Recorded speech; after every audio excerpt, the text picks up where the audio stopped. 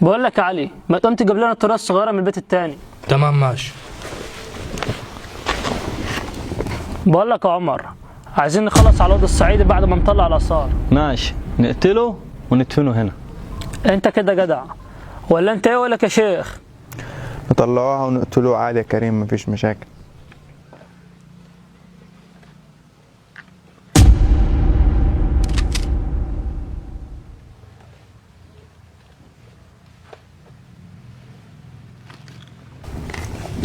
ايه الدور يا كريم؟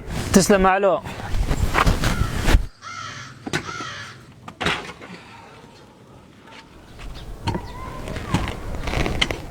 بس وقف شغل على كده.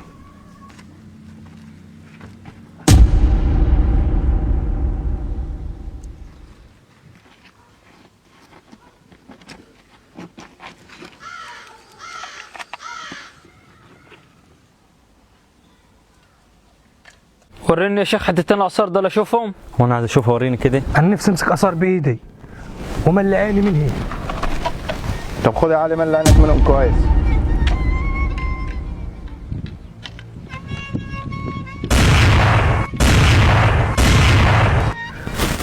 الصعيد لا بيتخان ولا بيتغفل، ولو انت فخور انك من الصعيد انزل بصورتك بالجلابيه.